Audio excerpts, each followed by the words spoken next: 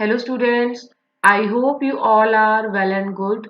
So now we are here to continue the discussion on methods of communication, chapter number 1 for class 9th.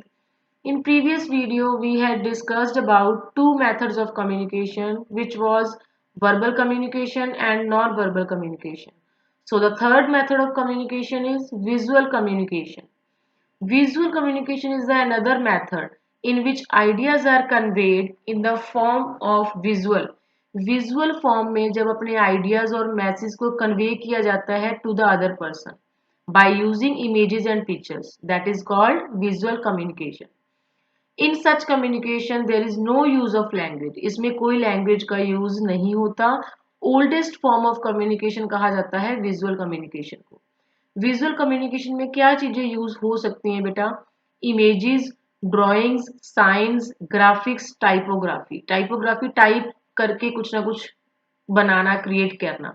It is an easier method of communication. ये method easy भी है and oldest भी है. ये जो pictures हैं ये हमें विजुअल कम्युनिकेशन के थ्रू बताती हैं, टॉक करती हैं हमारे साथ भी, हमें बताती हैं क्या चीज है ये. रेस्ट रूम, ये लेडीज का, ये जेंट्स का. No smoking symbol. Emergency exit, ये मूवीज हॉल होते हैं जैसे वहां पे बना होता है. बसेस में इमरजेंसी विंडो होती है, ट्रेन में होती है. ये क्वेश्चन दे रहा है स्लिपरी सरफेस, कहता है सावधान आगे स्लिपरी सरफेस है, आपको ध्यान से जाना है. ये कहते हैं no trespassing, access is strictly prohibited without consent of land owner. जहां पे यहाँ पे कोई कंस्ट्रक्शन हो रही है, लैंड ऑनर की परमिशन के बिना आपका जाना यहाँ पे मना है.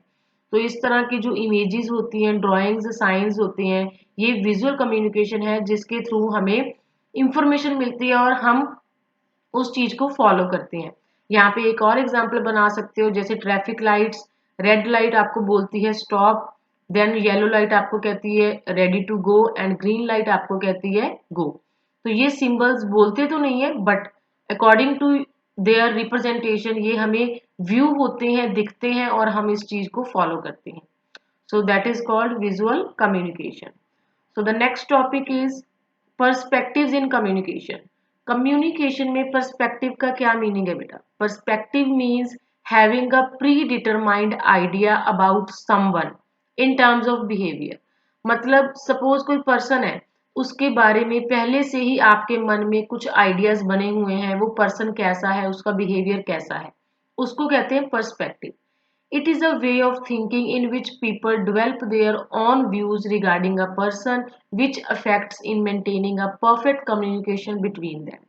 देखो मान लो अगर कोई टू फ्रेंड्स ने आपस में टॉक करनी है, बट आपको अपने फ्रेंड के बारे में अच्छे से पता है वो पर्सन कैसा है, वो किस तरह से बात करेगा, बात को सुनेगा नहीं सुनेगा ध्यान से या कुछ भी है, तो पहले से आपको उसके बारे में ओपिनियन है, आपका व्यू है. तो इस तरह से आपकी कम्युनिकेशन अच्छे से परफेक्टली मेंटेन हो ही नहीं सकती क्योंकि आपने पहले से ये सोच रखा है उसने कौन से मेरी बात सुननी है. For example communication between teacher and a student. Teacher and student, इसमें क्या है बेटा? अगर टीचर को पता है स्टूडेंट किस तरह से है, टीचर उसको उस तरह से कम्युनिकेट करता है. अगर टीचर को लगे स्टूडेंट नहीं काम करने वाला है, नहीं सुनता है, टीचर उस चीज को कम्युनिकेट अपने तरीके से करेंगे. परफेक्टली उस तरीके से कम्युनिकेट नहीं कर पाएंगे उस स्टूडेंट से जिस तरीके से वो अपना लेक्चर प्रिपेयर करके आए थे. तो टीचर और स्टूडेंट जिसके बारे में हम प्रॉपरली पहले से ही कुछ ना कुछ व्यूज बना लेते हैं तो उनको अपने आपस में कम्युनिकेट करना मुश्किल हो जाता है कंप्लीट वे में. Factors affecting perspective in communication. Communication में कौन कौन से फैक्टर हैं जो पर्सपेक्टिव के अफेक्ट करते हैं? So there are some barriers which stop us from communicating clearly such as hesitation to share a message. अब देखो टीचर एंड स्टूडेंट में भी ये बहुत मैटर करता है. स्टूडेंट्स को कई बार क्वेश्चन पूछा जाता है, वो हेजिटेट हो जाता है. जैसे कोई पर्सन शाई होते हैं, वो रिप्लाई नहीं कर सकते अपना. टीचर पूछते, टीचर को ऐसा लगता है उसको नहीं आता, बट उसको आता होता है, बट वो शर्मा रहा होता है, हेजिटेट हो रहा होता है अपनी चीज बताने में. तो ये कुछ बैरियर्स हैं जो इफेक्ट करते हैं कम्युनिकेशन को. हम पढ़ते हैं. सबसे पहला फैक्टर है बेटा language. Sometimes a conveyer do not find correct और suitable words to convey his message. In this way he remains incapable of expressing the true sense of his views.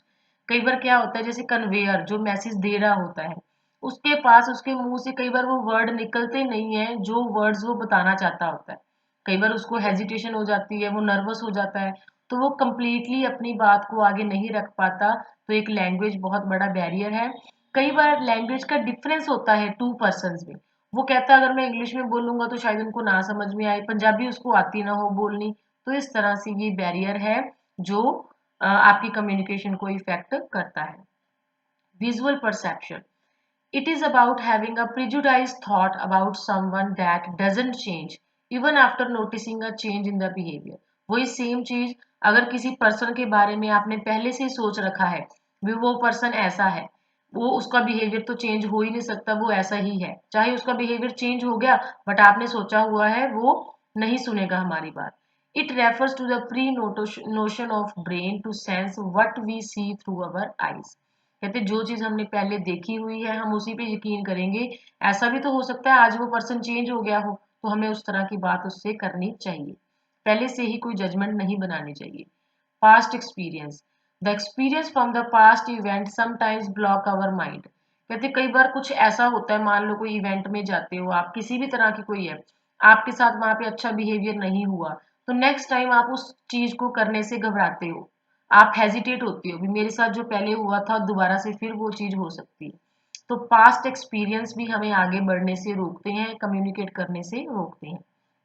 Prejudice, वही सेम जैसे हमने पढ़ा था, पहले से ही किसी पर्सन की जजमेंट कर लेना, और इससे कम्युनिकेशन स्टॉप होती है, अंडरस्टैंड नहीं होती। फीलिंग्स, आपकी फीलिंग के ऊपर डिपेंड करता है। अगर मान लो कुछ टॉपिक ऐसा चल रहा है आपका इंटरेस्ट ही नहीं है पढ़ने में, आप उस पर्सन पे बिलीव नहीं करते हो, तो आप कम्युनिकेशन पे ध्यान भी नहीं देते हो। जैसे सपोज टीचर ही है, टीचर आपको लेक्चर दे रहा है, अगर आपको उस चीज में इंटरेस्ट नहीं है तो आप उसको ध्यान से सुनोगे नहीं। बट ये फीलिंग्स आपकी कम्युनिकेशन को रोकती हैं और आपकी डेवलपमेंट को रोकती हैं। ये इन्वायरमेंट, इन्वायरमेंट प्रॉब्लम क्या होती है बेटा, जैसे कई बार नॉइज ज्यादा हो गई, लाइटिंग कम है, आपसे दिख नहीं रहा जो चीज देखना चाहते हो आप, आपको सुनाई नहीं दे रहा जो चीज बोली जा रही है, तो ये इन्वायरमेंट के इफेक्ट है जो कम्युनिकेशन को रोकती हैं। पर्सनल फैक्टर, जैसे कि कोई पर्सन है, समटाइम्स कम्युनिकेटिंग और willing to begin a conversation also depend on our mood. कई बार हमारा कॉन्फिडेंस बहुत कम होता है, लो होता है, हमारा मूड ठीक नहीं होता, तो ये पर्सनल फैक्टर हैं जो कम्युनिकेशन को स्टॉप करते हैं। Culture, sometimes one sine can depict different meanings in different culture. कई बार क्या होता है एक ऐसा सिंबल जो दो कल्चर्स में अलग अलग मीनिंग रखता है, जैसे फॉर एग्जांपल आप एक थंब अप करते हो, थम्स अप जब करते हैं इसका मतलब ये होता है good job, best of luck भी हम कहते हैं, गुड जॉब भी कहते हैं। पर सम टाइम्स जो पीपल है उसको गलत अंडरस्टैंड करते हैं, वो समझती है ये हमारी इंसल्ट कर रहे हैं, हमने तो अच्छे वे में गुड जॉब बोला था, थम्स अप किया था, बट वो कई बार अपने आप को ऐसा समझते हैं मेरे को ये अंगूठा दिखा रहा है। तो कल्चर अलग अलग होने से मीनिंग को अलग अलग इंटरप्रेट कर लिया जाता है, जिसके थ्रू कम्युनिकेशन आपकी डिस्टर्ब हो जाती है। तो ये फैक्टर थे बेटा जो आपकी कम्युनिकेशन को इफेक्ट करती हैं। So now the topic is writing skills. When we talk about writing content for a particular topic, ideas start generating in our consciousness। जब आपको जैसे टीचर ने बोल दिया अभी इस टॉपिक के ऊपर आपको कुछ कंटेंट लिखना है, तो आपके दिमाग ने सोचना शुरू कर दिया भी हाँ मैंने क्या क्या क्या क्या लिखना है उसमें। This sudden reaction of our mind results in the formation of sentence. जब आप उस टॉपिक के बारे में सोच रहे हो तो उस टॉपिक को लिखने के लिए आपको क्या बनाने पड़ेंगे, सेंटेंस बनाने पड़ेंगे विच कम्युनिकेट द थॉट, जो सेंटेंस आपके थॉट्स को हम तक पहुंचाएंगे। अगर आप उस पर कुछ सेंटेंस बना के लाइंस लिखोगे तो ही टीचर पढ़ेगी ना उसको भी आपने उस पैराग्राफ में लिखा क्या है उस टॉपिक के ऊपर। So there are certain aspects through which we can improve our writing skills. तो इसी को कहते हैं बेटा राइटिंग स्किल्स। आपको एक टॉपिक दे दिया गया, उस टॉपिक के बारे में आप कैसे लिखना स्टार्ट करोगे, क्या क्या चीजें उसमें यूज करोगे, तो ये राइटिंग स्किल्स इंप्रूव कैसे होती हैं, इसके कुछ पॉइंट्स हैं जो हम नेक्स्ट वीडियो में कवर करेंगे। आई होप यहाँ तक आपको समझ में आ गया होगा। इसका होमवर्क आपको ये सारा रीड करना है पेज नंबर 18 तक, एंड उसकी जो बैक एक्सरसाइज है उसमें से फिलअप ट्रू फॉल्स जो भी आपसे हो सकते हैं बुक के ऊपर विद पेंसिल आपको उसको डन करने हैं। अगर उसमें जो भी प्रॉब्लम आई तो हम लाइव क्लास में डिस्कस करेंगे। Thank you students, have a nice day, bye bye.